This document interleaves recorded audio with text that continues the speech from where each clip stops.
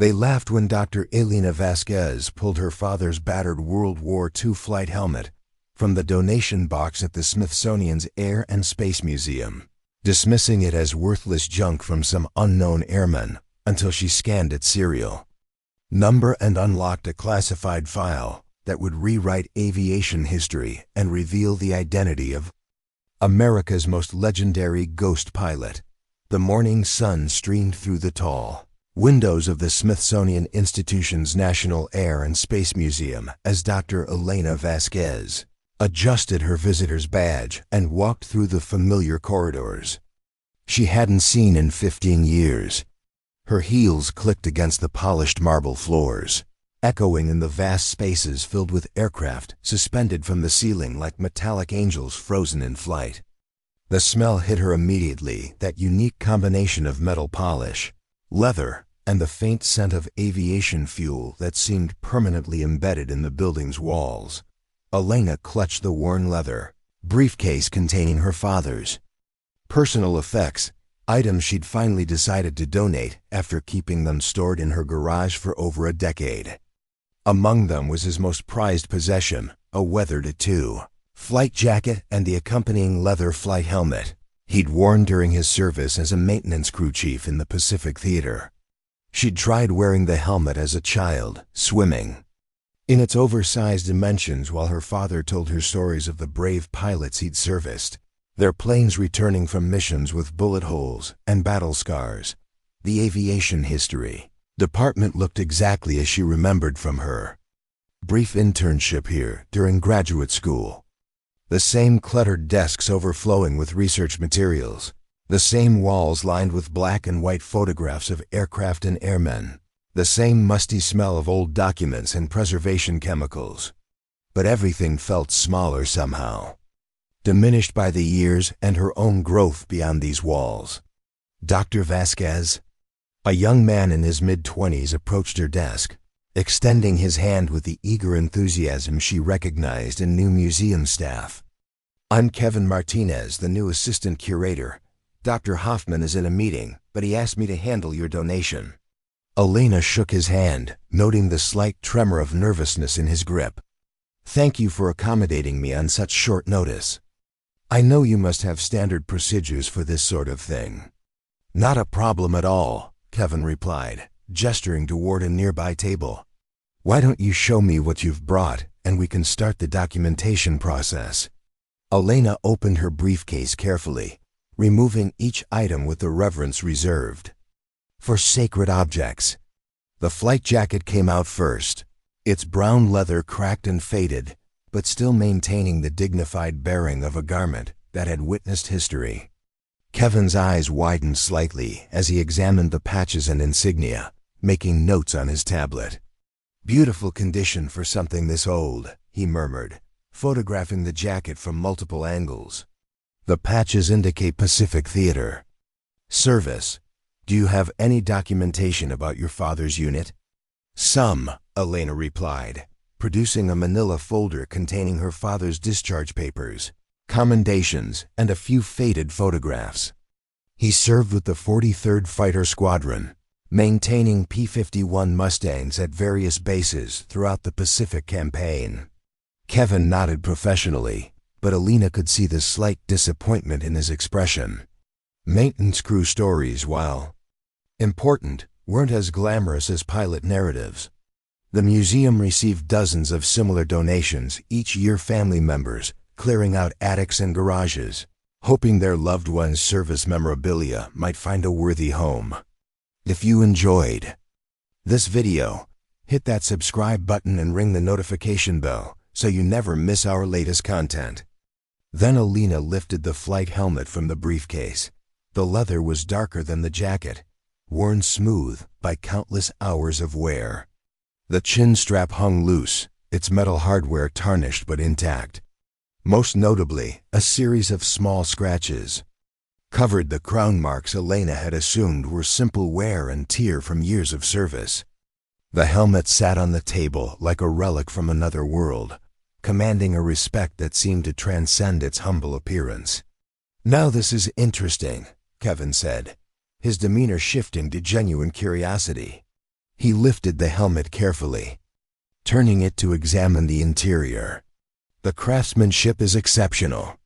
These leather flying helmets were standard issue, but the condition is remarkable. Elena watched as he photographed the helmet from every conceivable angle, paying particular attention to the scratches and markings. Something about his thoroughness impressed her. This wasn't the cursory examination she'd expected from a junior staff member. "I'll need to document the serial numbers for our database," Kevin explained, reaching for a small handheld scanner. "Standard procedure for all military artifacts. It helps us track provenance and sometimes reveals interesting historical connections." He located the small metal plate riveted inside the helmet's crown, its numbers barely visible after decades of wear. The scanner beeped softly as it read the digits. A -7751-1943-USN. Kevin frowned at his tablet screen, tapping it several times. "That's odd. The system is showing some kind of restricted file flag. Must be a database error." Elena leaned forward, concerned. "Is there a problem?" "Probably just a glitch," Kevin assured her, but his expression remained puzzled. "Let me try running it through the main military records database. Sometimes there are cross-references that cause confusion." He connected his tablet to a larger computer terminal and entered the serial number again. This time, the screen remained blank for several long seconds before displaying a single line of text in red letters. "Classified, authorization required." Kevin stared at the screen, his earlier confidence evaporating. "I've never seen this before. Military artifacts from World War II shouldn't have active classification restrictions." Elena felt a strange chill run down her spine. "What does that mean exactly?" "I honestly don't know," Kevin admitted. "But I think we need to get Dr. Hoffman involved. This is way above my clearance level." Dr. Richard Hoffman arrived 20 minutes later, his silver hair slightly disheveled and his tie askew from whatever meeting he'd been pulled from. Elena remembered him as a distinguished scholar in his 60s, someone who commanded respect through decades of expertise in military aviation history. His reaction to the classified flag was immediate and intense. "Show me exactly what happened," he demanded, settling behind the computer terminal with the focused intensity of a detective examining crucial evidence. Kevin repeated the scanning process, while Dr. Hoffman watched every step. When the red classified message appeared again, the older man's expression darkened. "In 30 years of working with military artifacts, I've seen this exactly twice," he said quietly. "Both times involved items connected to operations that remain classified to this day." Elena felt her heart beginning to race. "But it's just my father's flight helmet. He was a maintenance chief, not involved in any secret operations." Dr. Hoffman turned to study her with new interest. "Tell me about your father's service record, everything you know." Elena recounted the basic facts: her father's enlistment in 1942, his training as an aircraft mechanic, his deployment to various Pacific bases, his return home in 1946, standard wartime service, nothing that suggested involvement in classified operations. "What about after the war?" Dr. Hoffman pressed. "Did he ever mention anything unusual about his service? Any stories that seemed incomplete?" Elena thought carefully. "He was always vague about certain periods during his deployment. Said some things were better left in the past. I assumed he was just being modest about his contributions." Dr. Hoffman exchanged a meaningful glance with Kevin. "Dr. Vasquez, I need to ask you something, and I want you to think very carefully before answering. Was this helmet actually your father's, or might it have belonged to someone else?" The question caught Elena off guard. "Of course it was his. I saw him wear it countless times when he worked on private aircraft after the war. It was always in his workshop." "That's not what I mean," Dr. Hoffman said gently. "Sometimes maintenance personnel would acquire equipment from other sources. Pilots who didn't return from missions, for example. Their personal effects would sometimes be distributed among ground crew members. Elena felt a defensive anger rising in her chest. Are you suggesting my father stole this helmet? Not stole, Dr. Hoffman clarified quickly. But perhaps inherited it from someone whose story was never fully told. He turned back to the computer, his fingers flying across the keyboard as he accessed databases Elena didn't know existed. I'm going to try something that might get me in trouble with my superiors, but I think we owe it to your father's memory to find out what this helmet really represents. The screen flickered through several authorization screens before settling on a page that made Dr. Hoffman's face go pale. Sweet Mother of God, he whispered. What is it? Elena demanded, moving closer to see the screen. Dr. Hoffman turned the monitor toward her, revealing a file header that would change everything she thought she knew about her father's war. Project. Ghost Rider classification level. Top secret pilot designation. Unknown. Status. Missing in action, presumed dead. Below the header was a photograph that made Elena's breath catch in her throat. It showed a young man in a flight suit standing next to a P-51 Mustang, his face partially obscured by shadows but his stance unmistakably confident. On his head was a leather flight helmet identical to the one sitting on the table before them. Kevin leaned over Dr. Hoffman's shoulder, reading aloud from the file summary. Subject participated in classified deep reconnaissance missions behind enemy lines in the Pacific Theater. Flew modified P-51D Mustang with experimental long-range fuel systems and advanced navigation equipment. Last known mission, solo reconnaissance flight over Japanese-held territory. March 15, 1945. Aircraft and pilot never returned. All records of pilot's identity sealed by order of Army Air Forces Command. Elena stared at the screen, her mind struggling to process the implications. But why would my father have this helmet if it belonged to a missing pilot? Dr. Hoffman's expression was grave. That's exactly what we need to find out. Because according to this file, the pilot of that aircraft was never identified. No name, no service record, no family notification. Officially, he never existed. The room fell silent except for the soft hum of computer equipment and the distant sounds of museum visitors in the corridors beyond. Elena looked down at the worn leather helmet, seeing it now not as a simple family memento, but as the key to a mystery that had remained buried for nearly 80 years. Dr. Vasquez, Dr. Hoffman said carefully, I think your father's helmet might be about to rewrite a very significant chapter of aviation history. Dr. Marcus Webb stood in the doorway of the Aviation History Department like a storm cloud gathering.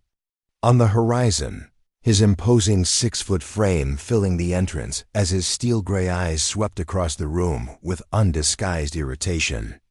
Elena recognized him immediately despite the 15 years that had passed since their last encounter. The same perfectly pressed suit, the same thin-lipped smile that never reached his eyes, the same aura of academic superiority that had made her graduate school experience a nightmare.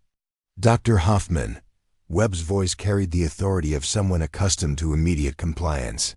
I received an urgent notification that classified materials are being accessed without proper authorization in your department.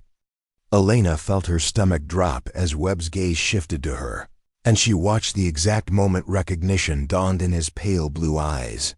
His expression transformed from professional annoyance to something far more personal, a mixture of surprise, disdain, and what appeared to be genuine displeasure at finding her in his domain. Elena Vasquez, he said her name like it left a bitter taste in his mouth. I should have known. Dr. Hoffman looked between them with growing confusion. You two know each other? Ms. Vasquez was a graduate student here many years ago, Webb replied, deliberately using her maiden name and former title to diminish her current professional status. She had difficulty understanding the importance of following proper protocols then as well. Elena felt heat rising in her cheeks but forced herself to remain composed. Dr. Webb, I didn't realize you were still here. I'm the chief curator of military aviation now, Webb said with evident satisfaction. Which means all classified materials fall under my direct supervision. I'll need to know exactly what you've been accessing and why. Kevin, who had been silently observing the exchange, stepped forward nervously. Sir, we were just processing a routine donation when the serial number scan triggered a classification flag. Dr. Hoffman was helping us determine the proper procedure. Webb's eyes narrowed as he noticed the helmet sitting on the examination table. And whose authorization did you use to access restricted files? I used my senior curator credentials, Dr. Hoffman replied, his tone becoming defensive. The donor has a legitimate claim to the artifact, and we were simply trying to establish provenance. Your credentials don't extend to classified military operations, Richard, Webb said sharply. You should have contacted me immediately. He turned his attention back to Elena. And you should have disclosed any potential security implications when you initiated this donation. Elena's patience finally snapped. How could I disclose something I didn't know existed? This is my father's flight helmet. I had no idea it was connected to any classified operations. Webb circled the examination table like a predator stalking. Prey, his hands clasped behind his back in a gesture Elena remembered all too well from his condescending lectures 15 years ago. Your father's helmet? He picked up the leather headgear with exaggerated care. Are you certain about that claim? Of course I'm certain, Elena replied, her voice tight with controlled anger. I watched him wear it hundreds of times. It was always in his workshop. Interesting, Webb mused, turning the helmet over in his hands. Because according to the classification codes I'm seeing here, this helmet belonged to a pilot involved in one of the most sensitive operations of the Pacific War. Not exactly standard equipment for a maintenance crew chief. The implication hung in the air like an accusation. Elena could see Kevin and Dr. Hoffman exchanging uncomfortable glances, clearly sensing the personal animosity crackling between Webb and her. What are you suggesting? Elena demanded. Webb set the helmet down with deliberate precision. I'm not suggesting anything. I'm stating facts. This helmet carries a classification level that's remained active for nearly 80 years. Military personnel don't accidentally acquire such items. Elena felt the familiar weight of Webb's intellectual bullying settling over her like a suffocating blanket. 15 years ago, he had systematically undermined her confidence with similar insinuations and veiled accusations, questioning her research methodology, her sources, her interpretations, and ultimately her fitness for academic work. Dr. Webb, she said, fighting to keep her voice steady, my father was an honorable man. Whatever the connection between this helmet and classified operations, I'm sure there's a reasonable explanation. I'm sure there is, Webb replied with a thin smile. The question is whether you're prepared to hear it. Dr. Hoffman cleared his throat uncomfortably. Marcus, perhaps we could approach this more collaboratively. Dr. Vasquez is a respected professional in her own right, and she's come here in good faith to make a donation. Webb's laugh was cold and humorless. Dr. Vasquez? When did you complete your doctorate, Elena? Elena lifted her chin defiantly. 2 years after I left this institution, Georgetown University. Military history with a specialization in Pacific theater operations. She had the satisfaction of seeing genuine surprise flicker across Webb's face before he quickly masked it with renewed skepticism. Georgetown? How unexpected. And what exactly do you do with this degree? I'm a senior research analyst with the Defense Intelligence Agency, Elena replied, watching Webb's expression shift from condescension to something approaching alarm. I specialize in historical intelligence operations and their modern implications. The room fell silent. Kevin's eyes widened as he realized he'd been witnessing a confrontation between two intelligence professionals, while Dr. Hoffman looked like he wished he were anywhere else. Webb recovered his composure quickly, but Elena could see the calculations running behind his eyes. Well then, you understand the sensitivity of classified materials better than most, which makes your handling of this situation even more concerning. My handling? Elena's voice rose despite her efforts to remain calm. I brought my father's personal effects to be donated to a museum. I followed every proper protocol. The classification flag was discovered during routine processing. Routine processing that you should have anticipated, given your supposed expertise, Webb shot back. Any competent intelligence analyst would have researched the provenance of military artifacts before attempting to donate them. Elena felt the old familiar rage building in her chest, the same helpless anger she'd experienced as a graduate student when Webb would publicly dissect her work, finding fault with methodologies that other professors praised, questioning sources that were considered authoritative, and generally making her feel incompetent and unprepared. You haven't changed at all, have you, Marcus? She said, using his first name deliberately. Still the same arrogant academic who thinks everyone else is incompetent. Webb's face flushed slightly. I'm protecting the integrity of classified information, something you seem to have forgotten during your time away from serious academic work. Serious academic work? Elena laughed bitterly. You mean the kind of work where you spend 15 years analyzing the same battles from the same perspectives, while never contributing anything new to the field. Dr. Hoffman stepped between them before the confrontation could escalate further. Please, both of you. We have a genuine historical mystery here. Surely we can work together to solve it professionally. Webb straightened his tie and reasserted his authoritative demeanor. There's no mystery, Richard. There's a security breach involving classified materials. I'll be taking custody of this helmet immediately and reporting this incident to the appropriate authorities. You can't do that, Elena protested. This is my father's property. Actually, if it's connected to classified operations, I can and will, Webb replied smoothly. National security takes precedence over personal property claims, as you should know from your work with DIA. Elena stared at him, realizing he was going to use his position to bury whatever truth the helmet might reveal, just as he had once tried to bury her academic career. The same petty vindictiveness, the same abuse of institutional power, the same complete lack of intellectual curiosity about anything that didn't serve his narrow agenda. Fine, she said quietly, gathering her father's other belongings. Take the helmet, but this isn't over. Webb's smile was triumphant. On the contrary, Elena, for you, this is very much over. I'll be filing a formal complaint about your handling of classified materials.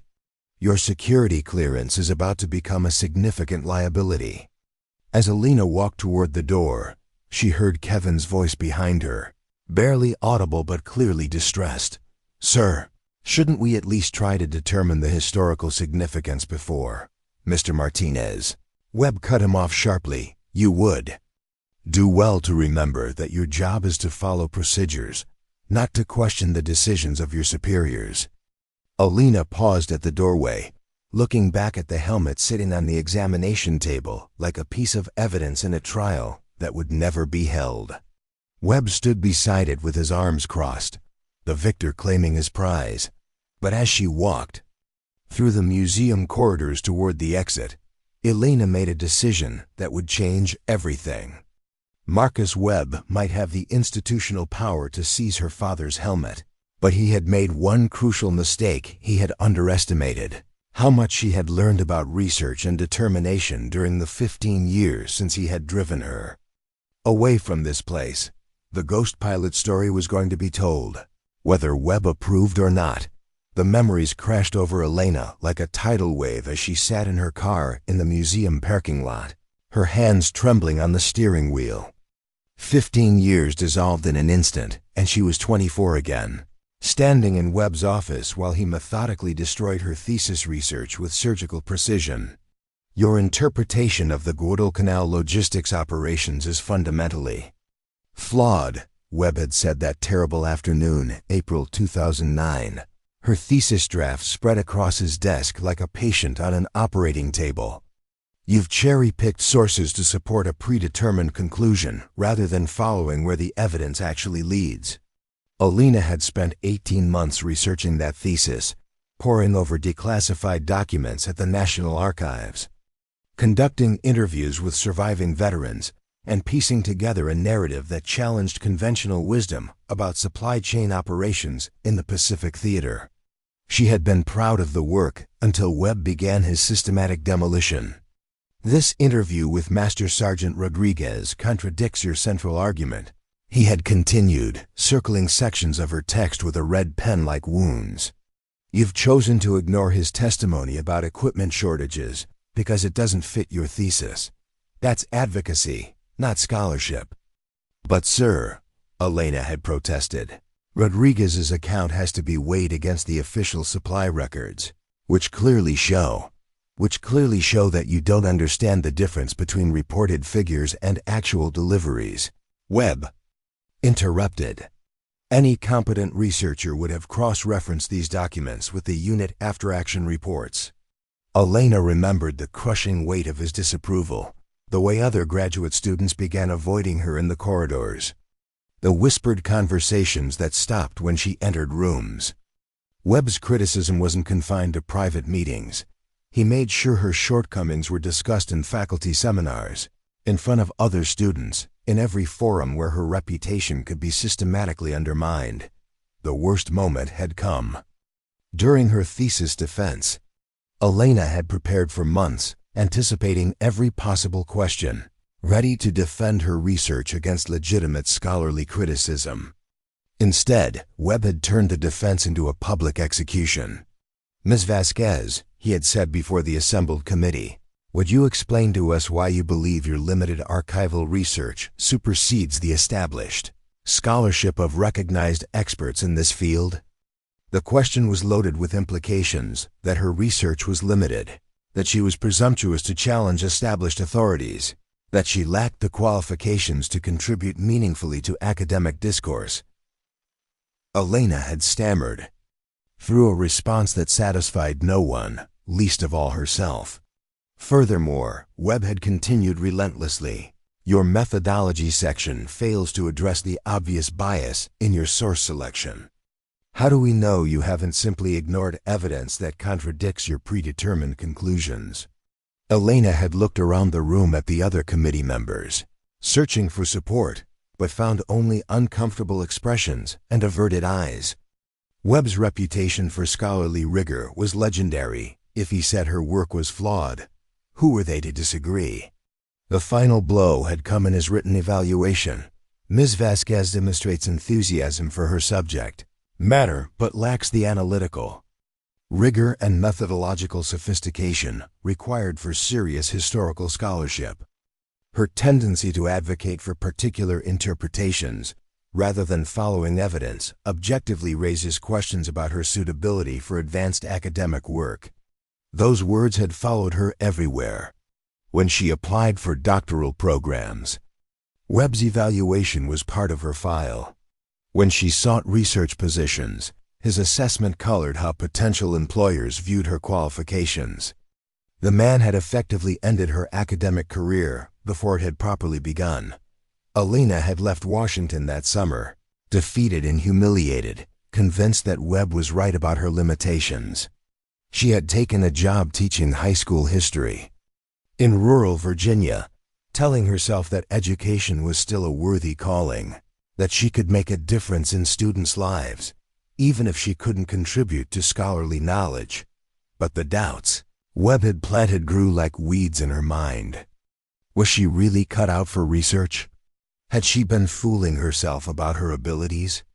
Were her interpretations actually biased and her methodology fundamentally flawed? She found herself second-guessing every lesson plan, every historical interpretation, every confidence she had once possessed about her understanding of the past. The breakthrough had come 3 years later, When Alina discovered that Webb's own published work on Pacific theater logistics contained errors that undermined his central arguments, she had been researching background material for a lesson on island-hopping strategy when she noticed discrepancies between Webb's analysis and primary source documents she had access to through online archives. At first, she assumed she was misreading the evidence. After all, Webb was the recognized expert, and she was just a high school teacher. But the more she investigated, the clearer it became that Webb had made exactly the kinds of methodological errors he had accused her of making. He had ignored contradictory evidence, misinterpreted statistical data, and drawn conclusions that weren't supported by the archival record. Alina had spent months verifying her findings, checking and rechecking her sources, consulting with other scholars, and building an airtight case. When she finally published her article in the Journal of Military History, it quietly but definitively demonstrated that Webb's influential 2007 monograph was based on flawed research. The article had launched her second career. Georgetown University offered her a position in their doctoral program, recognizing her potential for rigorous scholarship. The Defense Intelligence Agency recruited her upon graduation, valuing her combination of academic training and analytical skills. She had rebuilt her professional reputation from the ground up, proving to herself and others that Webb's assessment had been wrong. But the scars remained. Even now, sitting in the museum parking lot with her hands shaking from anger and remembered humiliation, Alina could feel the old insecurities trying to surface. Webb's voice echoed in her memory, questioning her competence, her judgment, her right to challenge established narratives. Alina pulled out her phone and dialed a number she knew by heart. DIA Research Division, Ava Chen speaking. Sarah, it's Alina. I need a favor, and it's going to require some creative interpretation of our database access policies. Alina, what's wrong? You sound upset. I'm about to take on the Smithsonian's chief curator of military aviation, and I need ammunition. How quickly can you run a deep background check on someone with a security clearance? There was a pause. Alina, you know I can't. Sarah, remember the Henderson case? When you needed help accessing those Korean War records that were technically outside my purview. Another pause, longer this time. What exactly are you looking for? Alina stared at the museum building where Webb was undoubtedly securing her father's helmet in some storage facility where it would never see the light of day again. I want to know everything about Dr. Marcus Webb's research history, his publications, his professional relationships, and any complaints filed against him. And I want to know if he's ever had problems with classified material handling. Alina, be careful. Whatever this is about, don't let it become personal. Alina thought about the ghost pilot whose story would remain buried if Webb had his way, about her father whose memory was being questioned, about the pattern of intellectual bullying she had witnessed for too many years. Sarah, she said quietly, it's already personal. Alina's apartment that night became a war room. She cleared her dining table of everything except her laptop, a legal pad, and 3 cups of increasingly cold coffee. The determination that had carried her through her doctoral studies, through the grueling DIA training program, through years of rebuilding her shattered confidence, now focused like a laser beam on a single objective, uncovering the truth about her father's helmet and the ghost pilot whose identity had been buried for 8 decades. She began with what she knew. Her father, Staff Sergeant Miguel Vasquez, had served as an aircraft maintenance chief with the 43rd Fighter Squadron from 1943 to 1946. His discharge papers listed his duty stations: Henderson Field on Guadalcanal, Iwo Jima, and finally Kadena Airfield on Okinawa. Standard Pacific theater deployment for maintenance personnel. Nothing that suggested involvement in classified operations. Alina's training at DIA had taught her to look beyond official records. She accessed the Defense Department's historical archives through her security clearance, pulling up unit rosters, maintenance logs, and operational reports from her father's squadron. What she found made her pulse quicken. The 43rd Fighter Squadron's records showed an unusual pattern of aircraft modifications during the spring of 1945. Multiple P-51D Mustangs had been equipped with experimental long-range fuel tanks, advanced navigation equipment, and communication systems that were far beyond standard specifications. The modifications were approved under a program designation she had never seen before, Project Ghostwriter. Elena cross-referenced the project name with her agency's classified database. The file was heavily redacted, but enough information remained to paint a disturbing picture. Ghostwriter had been a joint Army Air Forces and Office of Strategic Services operation, designed to place deep reconnaissance assets behind Japanese lines in preparation for the planned invasion of the Japanese mainland. The pilots selected for Ghostwriter missions were not typical squadron members. They were volunteers with specialized training in survival, evasion, and resistance techniques. Their identities were compartmentalized. Even their squadron commanders knew them only by code names.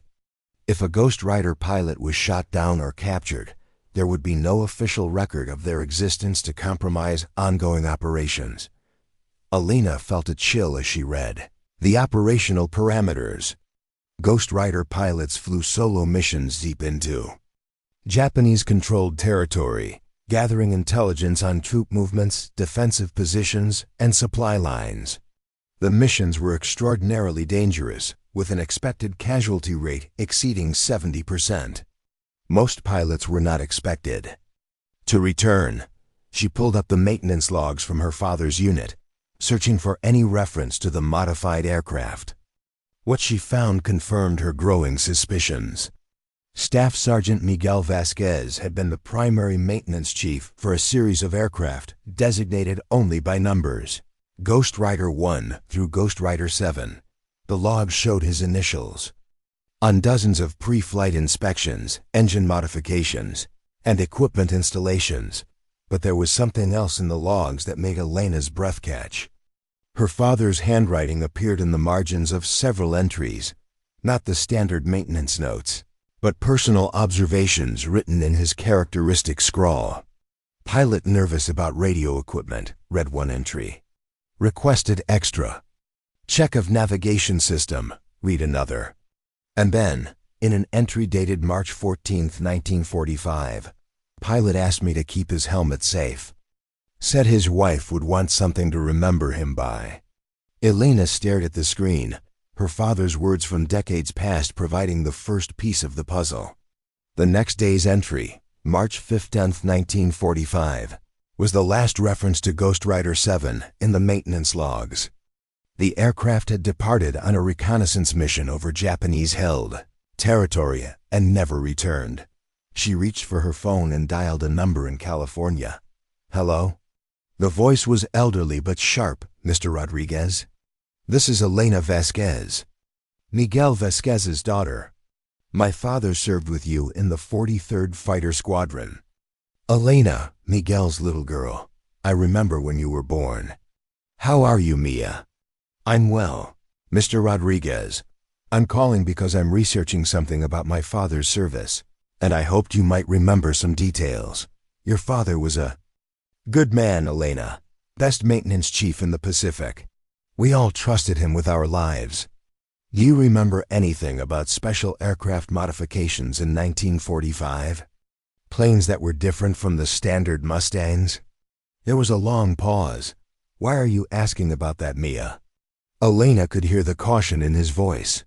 I found some of my father's old maintenance logs. There were references to modified aircraft, but the details were classified. Some things are better left buried, Elena. Mr. Rodriguez, I think my father was involved in something important, something that's been hidden for too long. I need to understand what happened. Another pause, longer this time. Your father never talked about the ghost planes?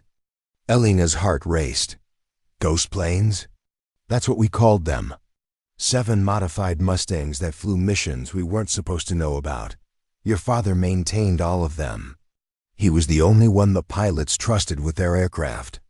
What happened to the pilots? Rodriguez's voice grew heavy. Most of them never came back. Brave men, flying into certain death for reasons they couldn't tell us. Your father took it hard when they didn't return. Elena pressed gently. Do you remember a pilot who flew on March 15, 1945? The one who didn't come back? How could I forget? Captain Johnny Torres. Though that wasn't his real name, we all knew. That young guy, maybe 25, from somewhere back east. He had this ritual before every mission. He'd ask your father to hold on to something personal, something for luck. Elena's pulse pounded.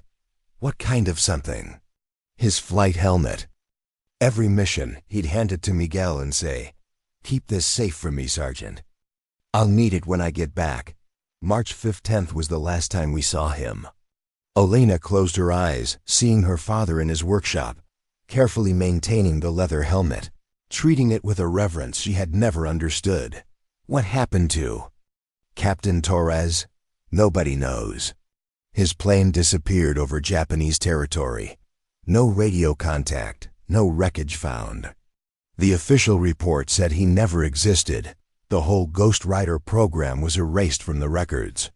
But my father kept the helmet. Miguel felt responsible. He waited 6 months for Torres to come back, then finally accepted that he wasn't going to. But he couldn't bring himself to dispose of the helmet. Said someday, someone would want to know what happened to the pilot who wore it. Elena felt tears burning her eyes. Her father had spent 40 years carrying the weight of a promise to a dead pilot, preserving the memory of a hero whose sacrifice had been erased from history. Mr. Rodriguez, what was the pilot's real name? I never knew for certain, but I overheard him talking to your father once. He mentioned a wife named Catherine, said she lived in a small town in Massachusetts called Millfield. He showed Miguel a photograph, once pretty young woman with dark hair. Elena wrote down every detail, her investigative instincts taking over. Anything else you remember? Any other details about the captain? He was educated, spoke like he'd been to college. And he had this scar on his left hand, shaped like a crescent moon. Said he got it working on his family's farm as a kid. Elena thanked Rodriguez and hung up, then immediately began searching genealogical databases for John Torres. Johnny Torres, or any variation connected to Millfield, Massachusetts, and a wife named Catherine. What she found would turn her investigation in a direction she never could have anticipated.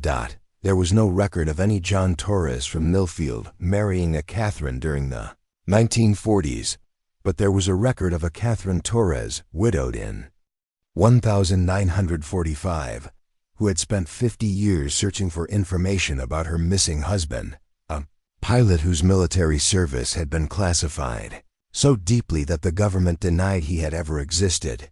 Elena's hands shook as she dialed the number she had found in the Millfield, Massachusetts phone directory. According to her research, Catherine Torres had died in 1998, but her daughter, Margaret Torres Sullivan, still lived in the family home. It was past midnight on the East Coast, but Elena couldn't wait until morning. Hello?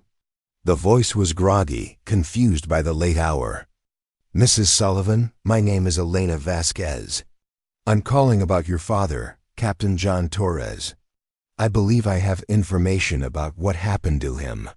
The silence stretched so long that Elena wondered if the connection had been lost. When Margaret finally spoke, her voice was barely a whisper. Who did you say you were? My name is Elena Vasquez. I work for the Defense Intelligence Agency. Mrs. Sullivan, I think I know where your father's flight helmet is. That's impossible, Margaret said, but Elena could hear the hope creeping into her voice. My mother spent 50 years trying to get information about my father. The military told her he never existed. They said there was no record of any John Torres serving as a pilot. If you enjoyed this video, hit that subscribe button and ring the notification bell so you never miss our latest content. Elena felt her heart breaking for this woman and the decades of official lies her family had endured. "Mrs. Sullivan, your father was part of a classified operation called Project Ghostwriter. He flew deep reconnaissance missions over Japanese territory in 1945. Government erased all records of the program to protect operational security." "How do you know this? How do you know about my father?"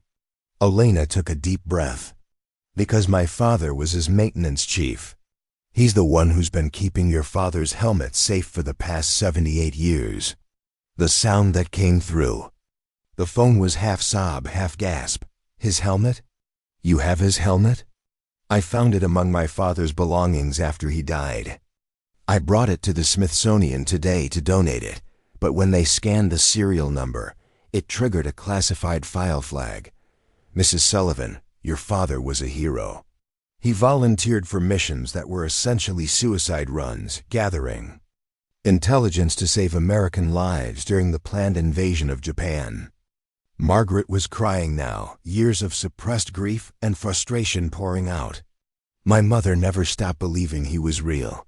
She kept his picture on the mantel until the day she died. The neighbors thought she was crazy, talking about a husband who supposedly never existed." Elena felt a surge of anger at the bureaucratic machinery that had caused such unnecessary pain. "He existed, Mrs. Sullivan, and I'm going to prove it."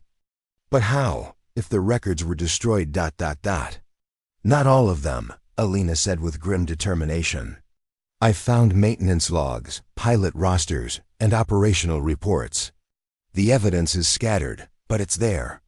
The problem is that someone at the Smithsonian has confiscated the helmet and is trying to bury the whole story." Elena spent the next hour on the phone with Margaret, piecing together details about John Torres's life before the war.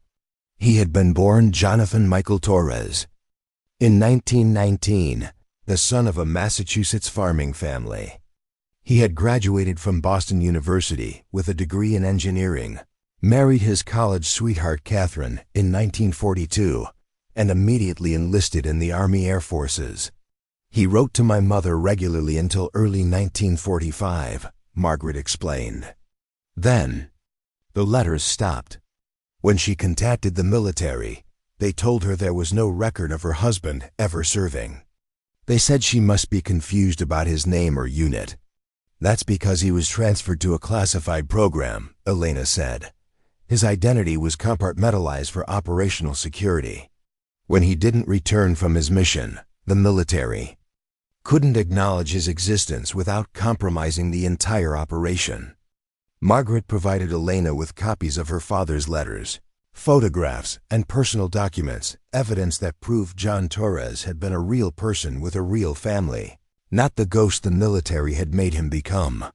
Elena scanned everything into her computer, building a comprehensive file that would be impossible to dismiss or ignore. The next morning, Elena arrived at the Smithsonian with a thick folder of documents and a portable scanner. She found Kevin Martinez in the aviation history department, looking uncomfortable and avoiding eye contact. "Kevin, I need to talk to you," Elena said quietly. "Dr. Vasquez, I can't." Dr. Webb said, "I'm not supposed to discuss the helmet situation with anyone." "Kevin, look at me." Elena waited until the young man met her eyes. "I know you went into museum work because you care about history, about preserving the truth. Am I right?" Kevin nodded reluctantly.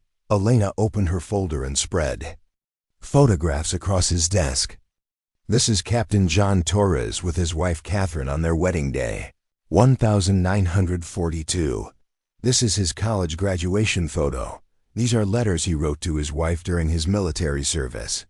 And this," she placed the final photograph on the desk, "is Captain Torres standing next to his P-51 Mustang in 1945, wearing the same helmet that's currently locked away in your storage facility." Kevin stared at the images, his expression shifting from confusion to understanding to outrage. He was a real person. He was a hero who volunteered for suicide missions to gather intelligence that saved American lives. His family spent 70 Years being told he never existed. His widow died still wondering what happened to her husband. Elena pulled out her laptop and showed Kevin the maintenance logs, the project files, the operational reports. She watched his face change as he realized the magnitude of what had been hidden.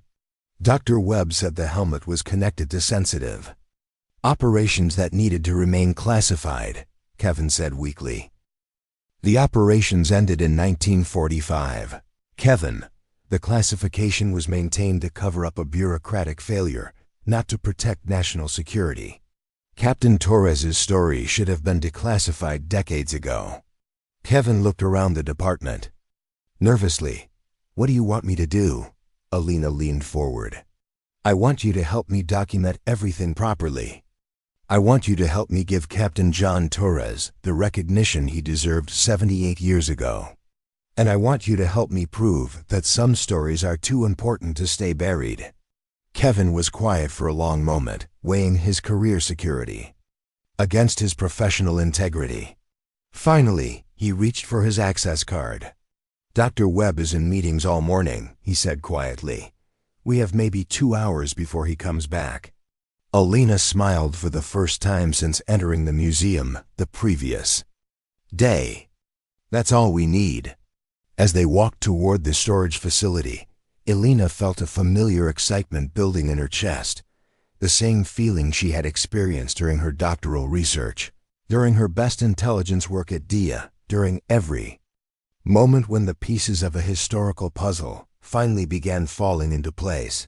Marcus Webb had underestimated her once again. But this time, she had the evidence, the expertise, and the determination to prove him wrong.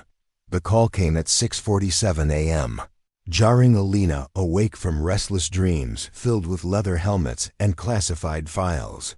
She fumbled for her phone, seeing Sarah Chun's name on the display. "Elena, we have a problem." Sarah's voice was tight with urgency.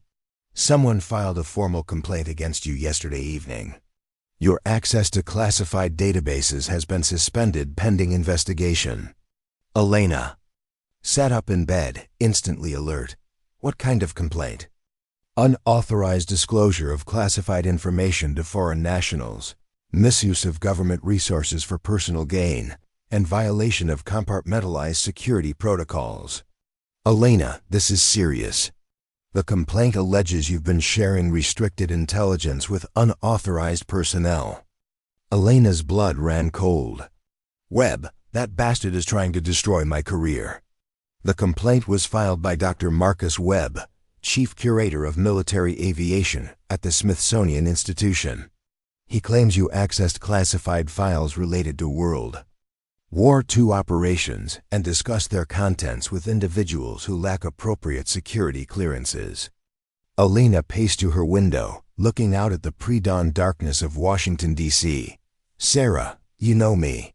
You know I would never compromise classified information." "I know that, but the review board doesn't."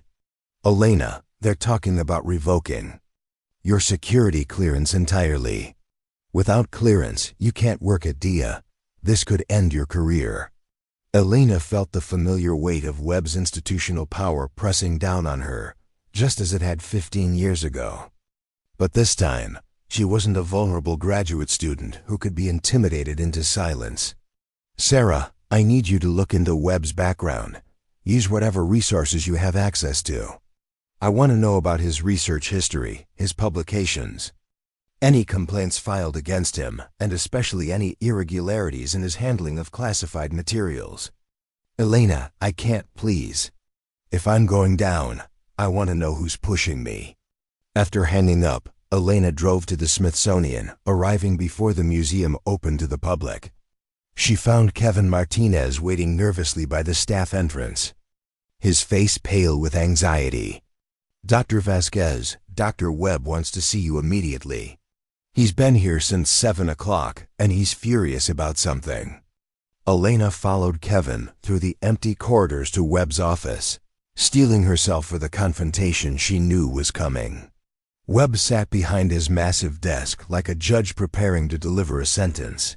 The confiscated helmet displayed prominently on a shelf behind him like a trophy.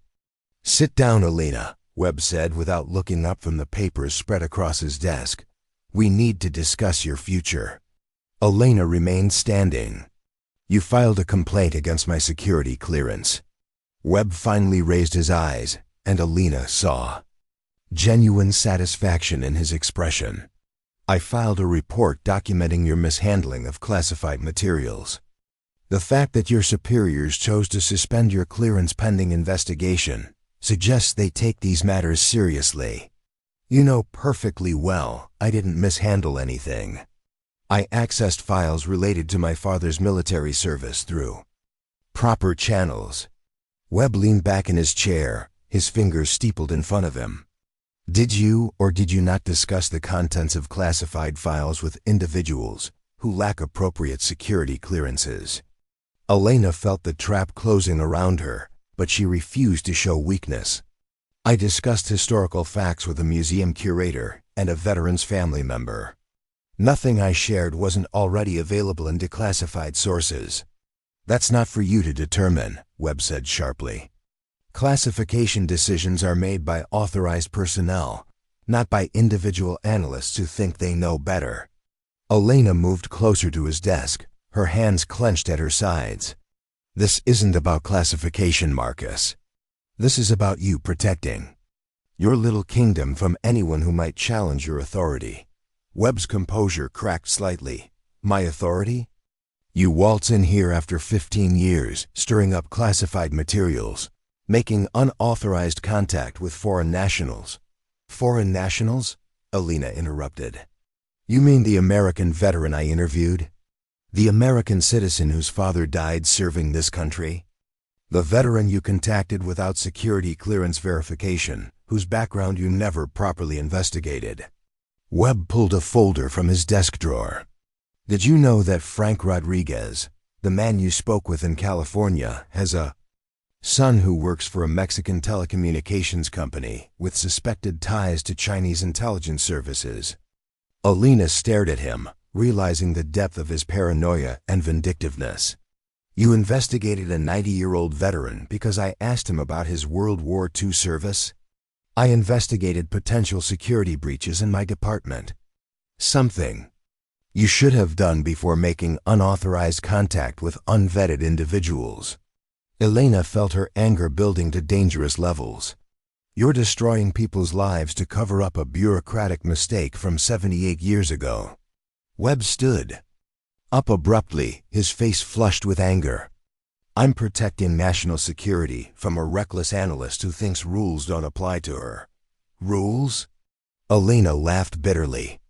"Like the rules you followed when you plagiarized sections of your 2007 monograph? Or the rules you followed when you buried research that contradicted your pet theories?" Webb's face went white. "How dare you?"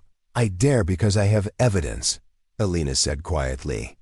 15 years of evidence about your professional misconduct, your intellectual dishonesty, and your abuse of institutional power." The office fell silent except for the hum of the air conditioning system. Elena could see Webb calculating, trying to determine how much she actually knew. "You're bluffing," he said finally, but his voice lacked conviction.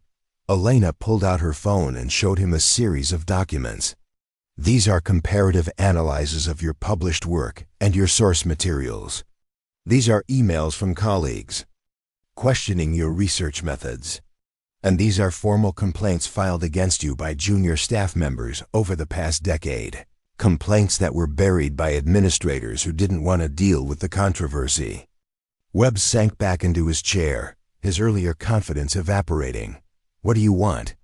"I want Captain John Torres's story told. I want his family to know what happened to him. I want the truth to finally come out after 78 years of lies and cover-ups." "And if I refuse?" Elena leaned forward, placing her hands on his desk. "Then I release everything I have about your professional conduct to the academic community, the museum board of directors, and the media. Your career will be over, Marcus. Just like you tried to do to mine 15 years ago." Webb stared at her for a long moment, and Elena could see him weighing his options. Finally, he reached for the phone on his desk. "Get me the director of security," he said quietly. "Tell him I need to discuss the declassification of some World War II operational files." As Webb made his call, Elena felt a surge of vindication mixed with professional satisfaction. She had learned something important during her 15 years away from academia. Sometimes the best way to fight institutional power was with better research, better evidence, and better preparation than your opponents. Webb finished his call and looked at her with something approaching respect. "The security review will take 72 hours. If the files can be declassified without compromising current operations, Captain Torres's service record will be released." Elena nodded. "And the helmet?" Webb glanced at the shelf behind him, then back at Elena. "Will be returned to you for donation to the museum's permanent collection, with full attribution to Captain John Torres and Staff Sergeant Miguel Vasquez."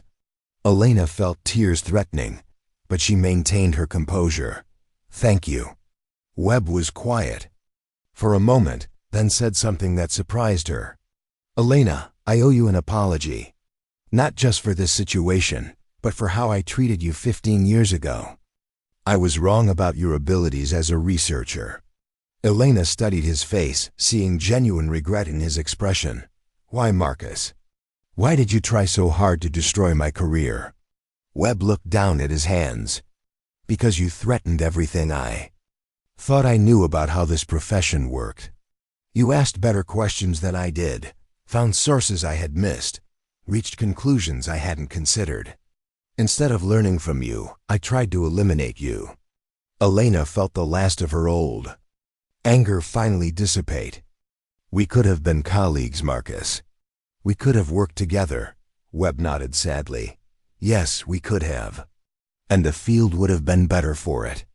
72 hours later, Elena stood in the Smithsonian's main exhibition hall watching as a team of technicians carefully positioned her father's helmet in a pristine display case. The morning sun streamed through the museum's massive windows, casting golden light across the leather that had once protected Captain John Torres during his final, fatal mission over Japanese territory. The authentication process was extraordinary, Dr. Hoffman said, joining Elena as she watched the installation. Once the files were declassified, everything fell into place. The helmet's serial number matched perfectly with the Ghost Rider operational records. The wear patterns on the leather corresponded exactly with the cockpit specifications of the modified P-51 Mustangs. Even the scratches on the crown, we now know those were navigation marks that Torres carved himself. Elena nodded, her throat tight with emotion. Behind the helmet, the museum had installed a comprehensive display documenting Project Ghost Rider and the 7 pilots who had volunteered for what everyone knew were suicide missions. Captain John Torres's photograph, the same one Margaret Torres Sullivan had provided, occupied the center position, his young face serious but determined beneath the brim of his military cap. "The response has been overwhelming," Kevin Martinez said, approaching with a tablet full of messages. "We've received over 300 emails from families of World War II veterans, thanking us for finally recognizing the classified operations their relatives participated in. Apparently, there were dozens of programs like Ghost Rider that have never been officially acknowledged." Elena felt a deep satisfaction at the knowledge that her father's careful preservation of the helmet had opened a door that had been sealed for nearly 80 years. Staff Sergeant Miguel Vasquez's role in maintaining the ghost planes was now documented in detail, his contribution to one of the war's most dangerous operations finally receiving the recognition it deserved. Margaret Torres Sullivan arrived that afternoon, flying in from Massachusetts to see her father's helmet and the exhibition that had been built around his story. Elena watched from across the hall as the 76-year-old woman approached the display case, her steps slowing as she drew closer to the artifact that represented everything she had never known about her father. When Margaret finally spoke, Her voice carried clearly across the exhibition space. "Hello, Daddy. I'm sorry it took so long to find you." Elena felt tears streaming down her face as she witnessed the reunion between a daughter and the father she had never really known. Margaret stood before the display for over an hour, reading every placard, studying every photograph, absorbing the details of the heroic service that had been hidden from her family for 7 decades. "Dr. Vasquez?" Margaret approached Elena later, her eyes red from crying but her expression radiant with joy. "I can never thank you enough for what you've done. My mother died believing my father was a coward who had abandoned his family. Now, I know he was a hero who gave his life for his country." Elena embraced the older woman, feeling the weight of 3 generations of secrets finally lifted. "Your father was indeed a hero, Mrs. Sullivan, and my father spent 40 years making sure his story wouldn't be forgotten." The formal recognition ceremony took place the following week, with representatives from the Department of Defense, the Veterans Administration, and the Smithsonian Institution. Elena stood at the podium, looking out at an audience that included Margaret Torres Sullivan, Frank Rodriguez, who had flown in from California despite his advanced age, and dozens of other family members of Ghostwriter personnel. "Ladies and gentlemen," Elena began, her voice carrying clearly through the packed auditorium, "we gather today not just to honor Captain John Torres and the other pilots of Project Ghostwriter, but to acknowledge a truth that has been hidden for too long, that the greatest heroes are often those whose stories are never told." She gestured toward the display case, where her father's helmet caught the light like a beacon.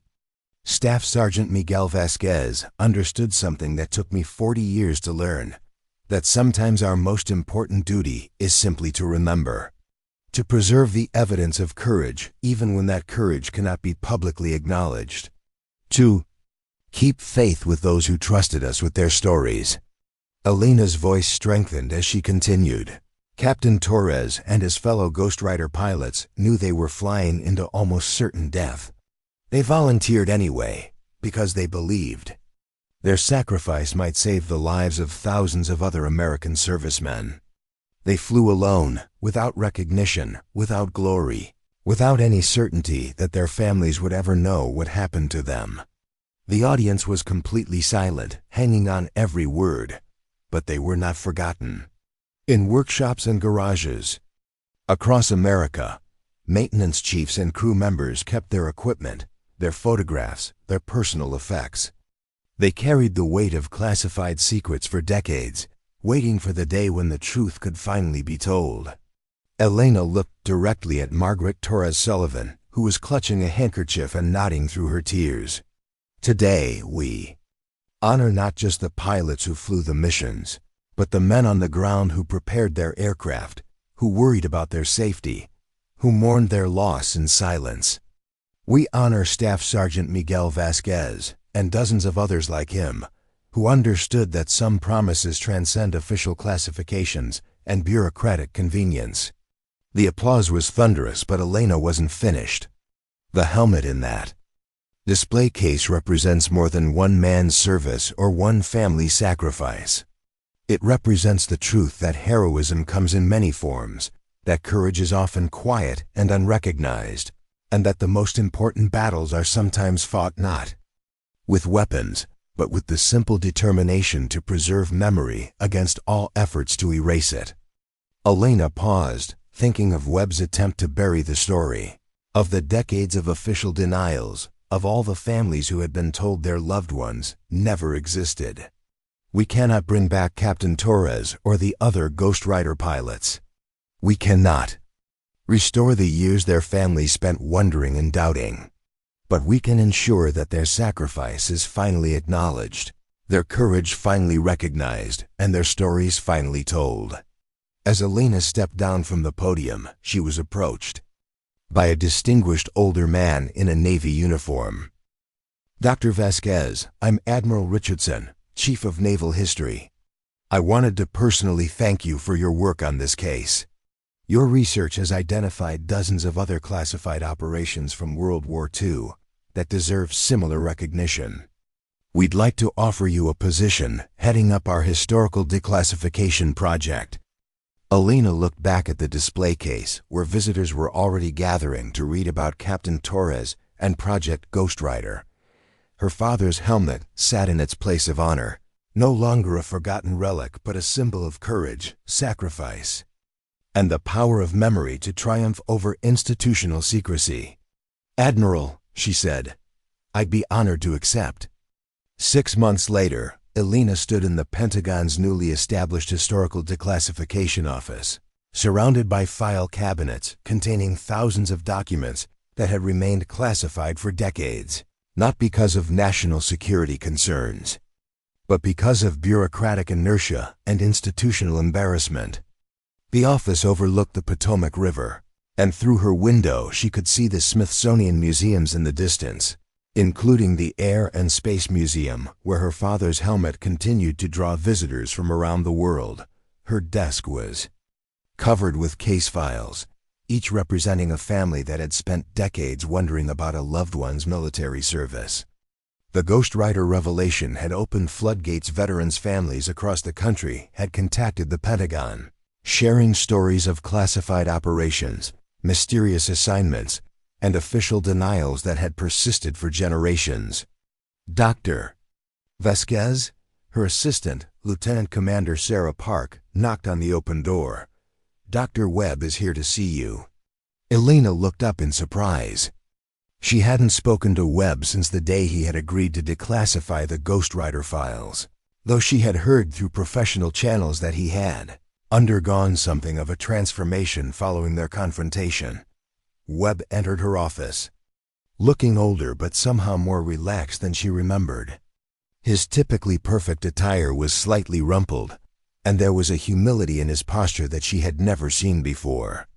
"Elena," he said, offering a small, genuine smile. "Thank you for seeing me. I know our last encounter didn't end on the best terms." "Marcus," Elena gestured to a chair across from her desk. "Please sit. What brings you to the Pentagon?" Webb settled into the chair and pulled out a thick folder. "I've been doing some soul-searching since our confrontation at the museum. You were right about my methods, my motivations, and my treatment of colleagues. I've spent the past 6 months conducting a comprehensive review of my own research and the cases I've handled over the years." Elena raised an eyebrow. "That must have been uncomfortable." "Excruciating," Webb admitted, "but necessary."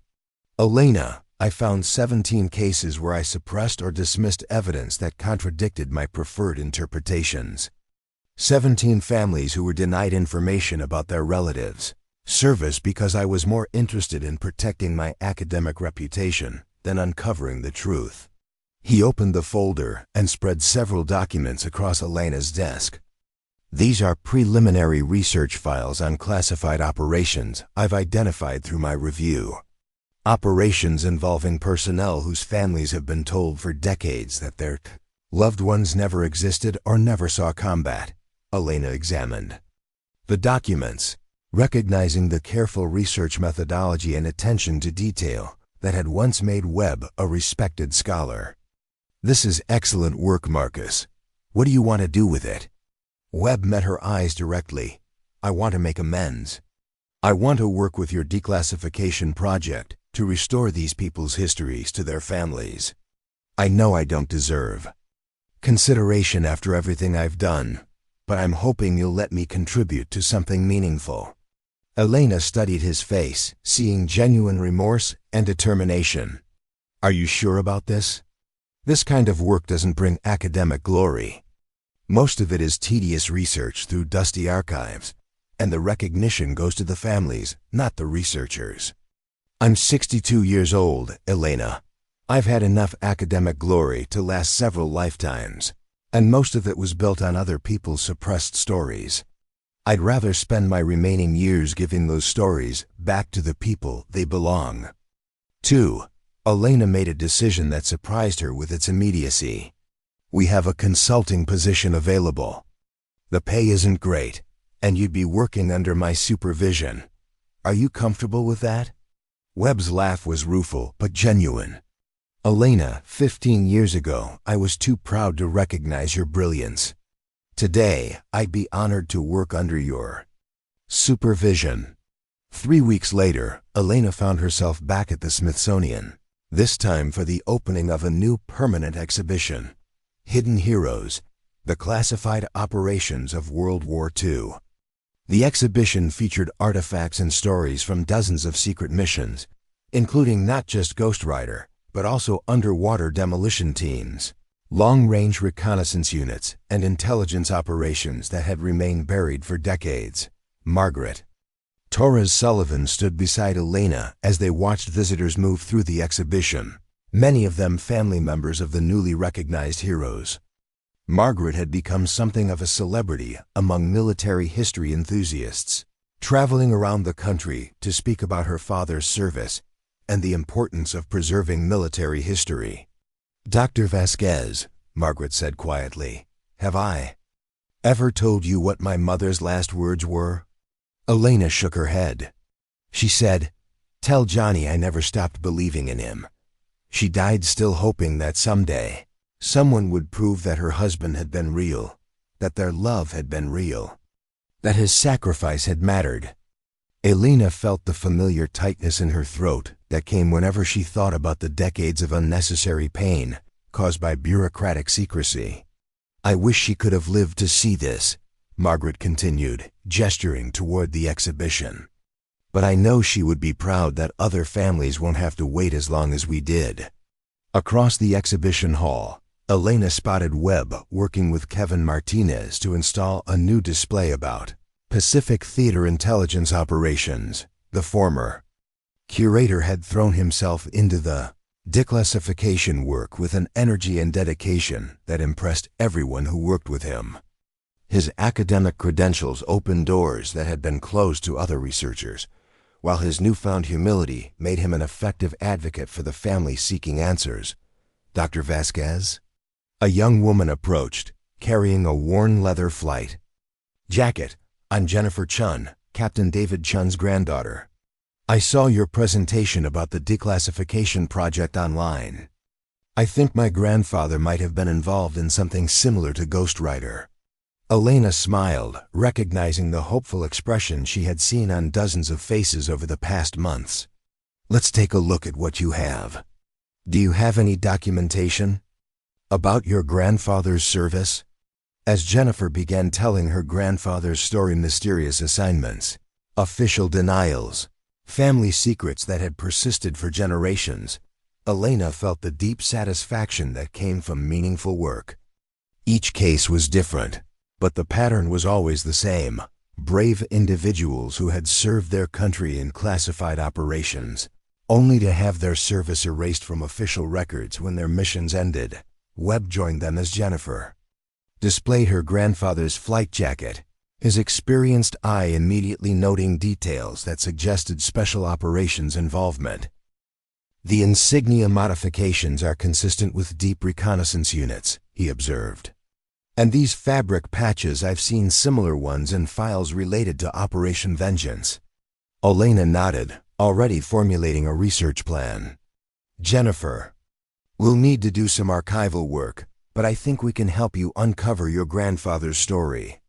As the young woman left with contact information and a research checklist, Webb turned to Elena with an expression of wonder.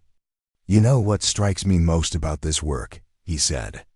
"It's not just about correcting historical records. It's about giving families permission to be proud of their loved ones again."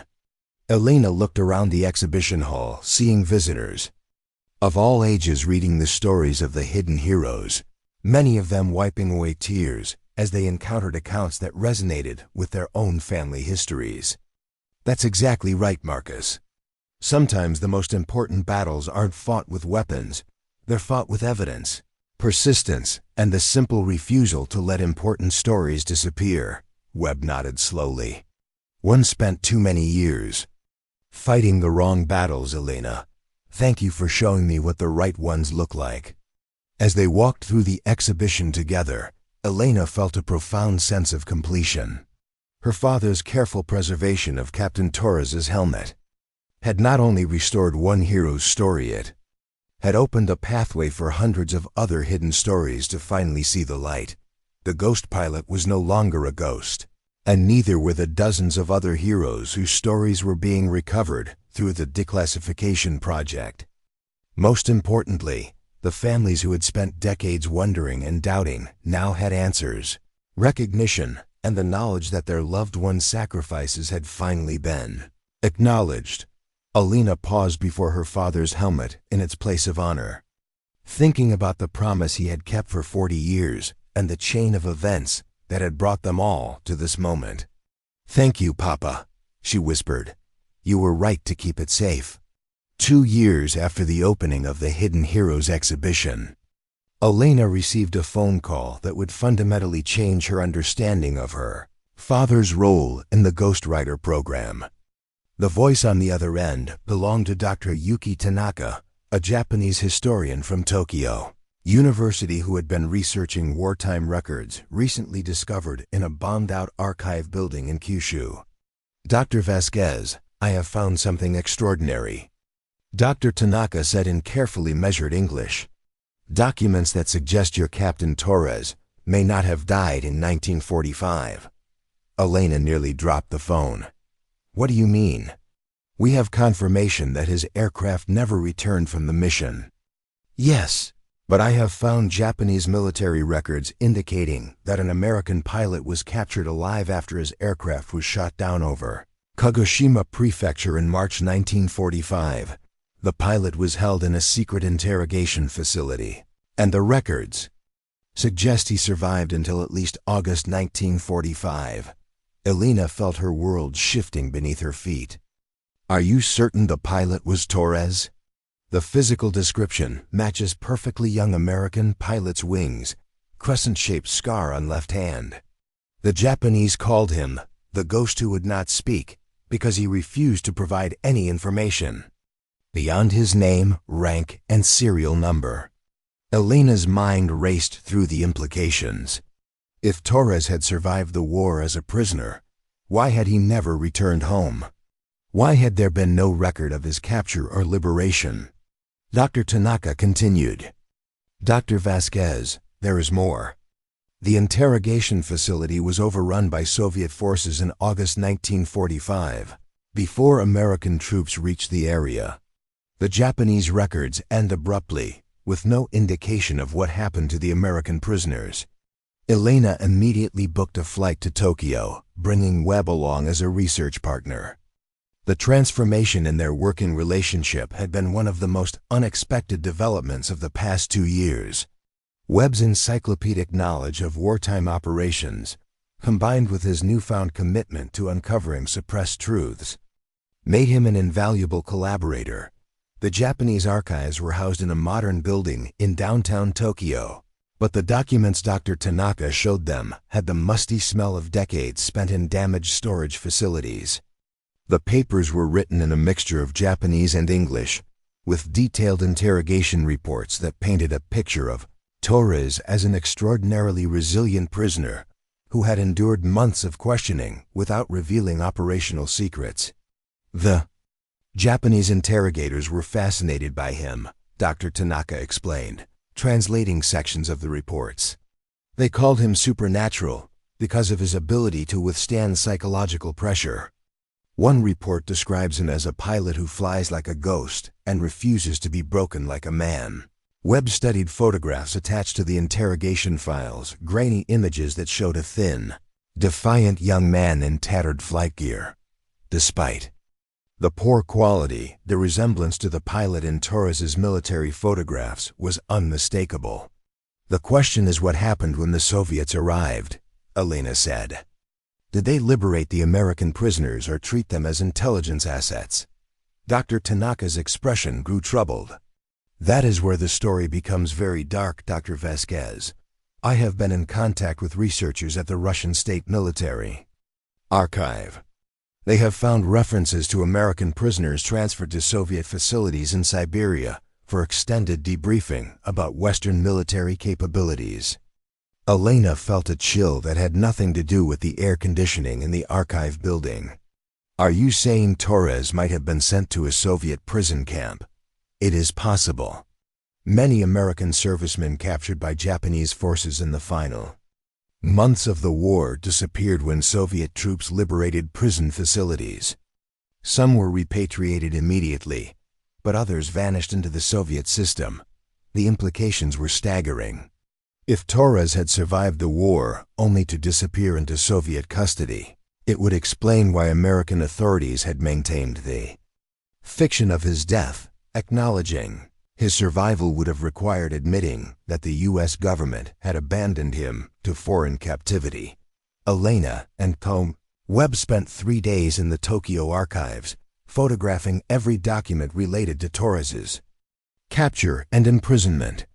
The picture that emerged was of a pilot who had maintained his integrity and loyalty despite months of brutal interrogation, becoming something of a legend among both his captors and fellow prisoners.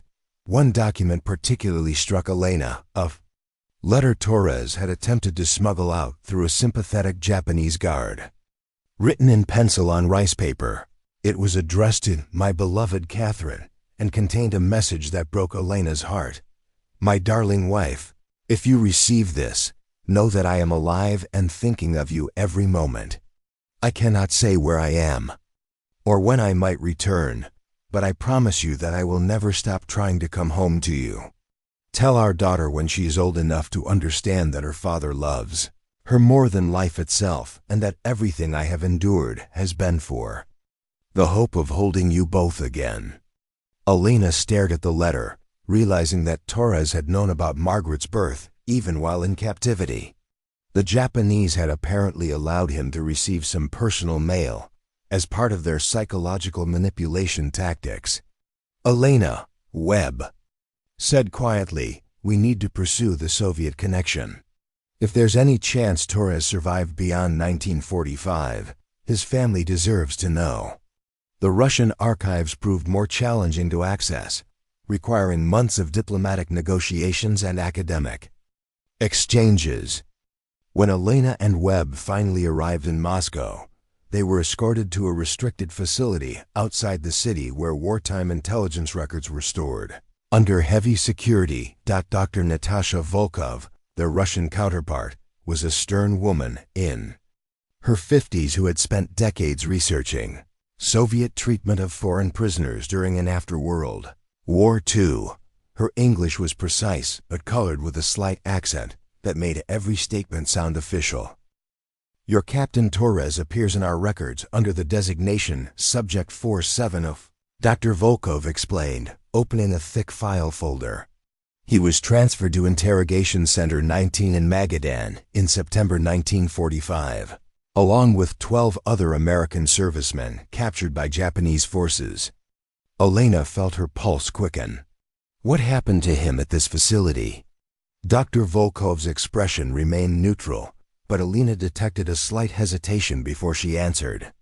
"The records indicate intensive debriefing about American military capabilities, aircraft specifications, and strategic planning. Subject 47A was noted for his resistance to interrogation techniques." Webb leaned forward. "How long was he held at this facility?" The file shows transfers to several different locations over a period of approximately 4 years. The last entry is dated March 1949, at which point Subject 47A was classified as uncooperative and recommended for permanent administrative detention. Elena felt sick. Permanent detention? What does that mean? Dr. Volkov's professional facade cracked slightly. "Dr. Vasquez, I must tell you that many foreign prisoners who received this classification were never seen again.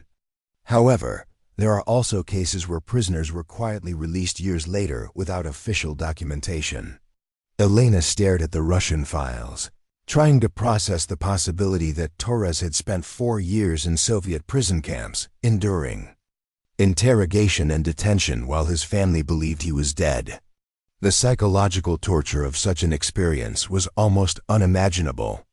"Dr. Volkov," Elena said carefully, "is there any record of what happened to Subject 47 after March 1949?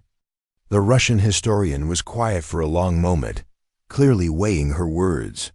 There are unconfirmed reports of American prisoners being relocated to civilian work camps in remote regions of Siberia. Some of these men eventually found their way to other countries, China, Mongolia, even back to the United States, but without official identity documents. Webb exchanged a meaningful glance with Elena. Are you suggesting that Torres might have survived and escaped Soviet custody? I am suggesting that the Soviet system during this period was chaotic, and many things happened that were never officially recorded. If a prisoner managed to escape or was quietly released, he might have had great difficulty proving his identity or returning to his former life. Elena thought about the implications. A man who had been officially declared dead, whose identity had been classified away, whose family had been told he never existed. Such a person would face enormous challenges in trying to reclaim his former life.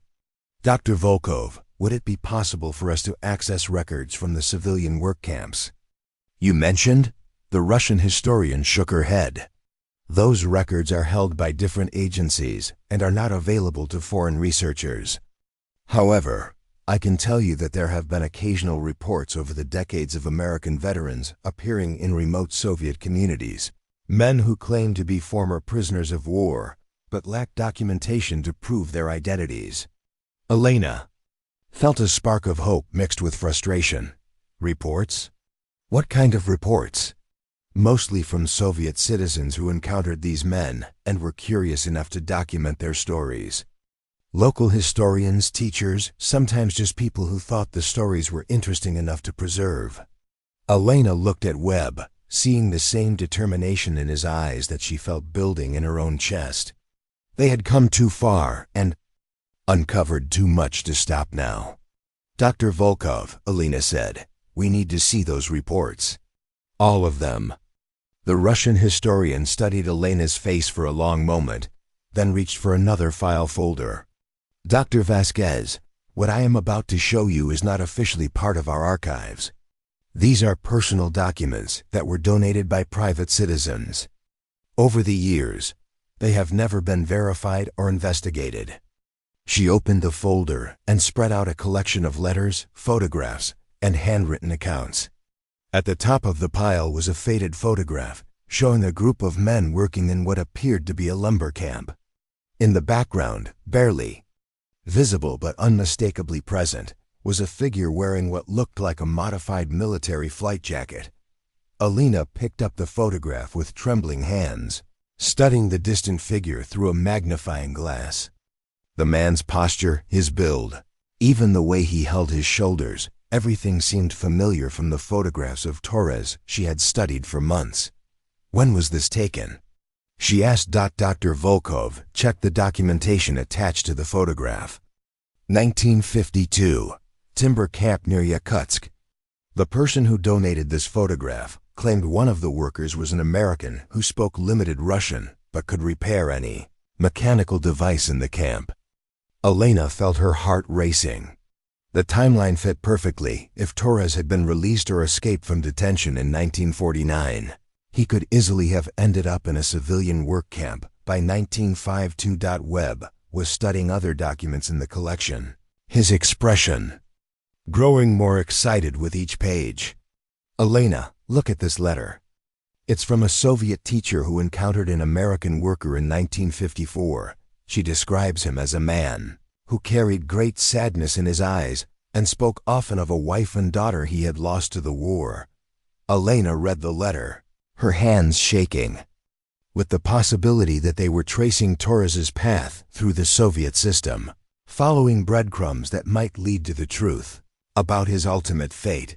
But the most startling discovery was yet to come. At the bottom of Dr. Volkov's folder lay a single sheet of paper that would rewrite everything Elena thought she knew about Captain John Torres's fate.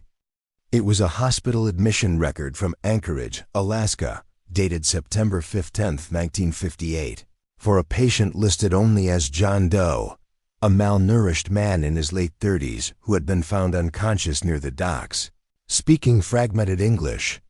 and carrying no identification. Elena's hands trembled as she read the medical notes. Patient appears to be of American origin. Severe malnutrition and signs of prolonged physical hardship. Multiple old fractures consistent with manual labor. Most notably, crescent-shaped scar on left hand and evidence of previous head trauma. Patient repeatedly asks for Catherine and mentions Millfield, Massachusetts. Webb leaned over her shoulder, his voice barely a whisper. "It's him, isn't it?" Dr. Volkov nodded gravely. The record was filed by a Soviet defector who worked as a translator in Alaska during the Cold War. He recognized the pattern American prisoners who had escaped or been quietly released from Soviet camps sometimes made their way across the Bering Strait to Alaska, desperate to return home. Elena felt her world spinning. What happened to this John Doe? Where did he go from the hospital? That is where the official records end, Dr. Volkov replied. But the translator left a personal note with the file. He wrote that the patient recovered after several weeks and was put in contact with American military authorities. However, when they ran his fingerprints and checked his claimed identity, they found that Captain John Torres had been officially declared dead 13 years earlier. Elena stared at the implications. They couldn't acknowledge his existence without admitting they had abandoned him to Soviet captivity. Precisely. The translator's note suggests that military officials offered the patient a choice: accept a new identity and remain silent about his experiences, or face imprisonment for desertion and unauthorized absence. Webb's face was pale with outrage. They gave him an ultimatum: stay dead or go to prison. Dr. Volkov pulled out the final document, a handwritten letter that the translator had saved for decades. This is the patient's response, written the night before he was discharged from the hospital. Elena read aloud, her voice breaking. 2. Whoever finds this letter, my name is Captain John Torres. Service number 01-847539. I flew missions for my country and was captured by enemy forces. I survived 13 years of imprisonment and torture because I believed that someday I would return to my wife Catherine and meet the daughter I never knew. But my country tells me that Captain Torres is dead, that he never existed, that his family has moved on. I cannot destroy their peace by returning as a ghost from the past. Let John Torres remain dead. Let his family remember him as a hero rather than know him as a broken man who failed to come home. The room fell silent except for the sound of Elena's quiet sobbing. After 80 years, she finally understood the full tragedy of Captain Torres' story. He had survived the war, survived Soviet captivity, survived the impossible journey home, only to sacrifice himself one final time to protect the family he loved. Dr. Vasquez, Dr. Volkov said gently, there is one more thing. The translator kept track of what happened to the patient after he left the hospital. He took the name Michael Carter and settled in a small town in Oregon, where he worked as a mechanic until his death in 1987. He never married, never had children, but he sent anonymous donations every year to a widow named Catherine Torres in Massachusetts. Elena looked up through her tears. He watched over his family from afar for 29 years. The translator has a photograph of him from 1985, an old man sitting on a park bench, watching a young woman play with her children. On the back, someone wrote, John Torres watching his granddaughter Margaret's daughter at the playground. He came every Sunday but never approached. Elena felt the final piece of the puzzle clicking into place. Torres had not only survived, he had spent the last decades of his life secretly protecting the family that believed him dead, ensuring their financial security while denying himself the reunion he had dreamed of. For 13 years of captivity, Webb placed a hand on Elena's shoulder. Elena, Margaret needs to know. The whole family needs to know that he came home, that he never stopped loving them. Elena nodded, thinking of Margaret Torres Sullivan and the generations of family members who had wondered about their heroes' fate. The truth was more complex and heartbreaking than any of them could have imagined. But it was also more beautiful, a story of love so profound that a man would choose to remain dead rather than burden his family with the truth of his suffering. 3 months later, Elena stood before another packed auditorium, this time at Boston University, where a memorial service was being held for Captain John Torres and Michael Carter, the man he had become. Margaret Torres Sullivan sat in the front row, clutching a photograph of the grandfather her daughter had unknowingly dozens of times at that Oregon playground. Captain Torres's story teaches us that heroism comes in many forms, Elena concluded her presentation. Sometimes it's the courage to fly dangerous missions behind enemy lines.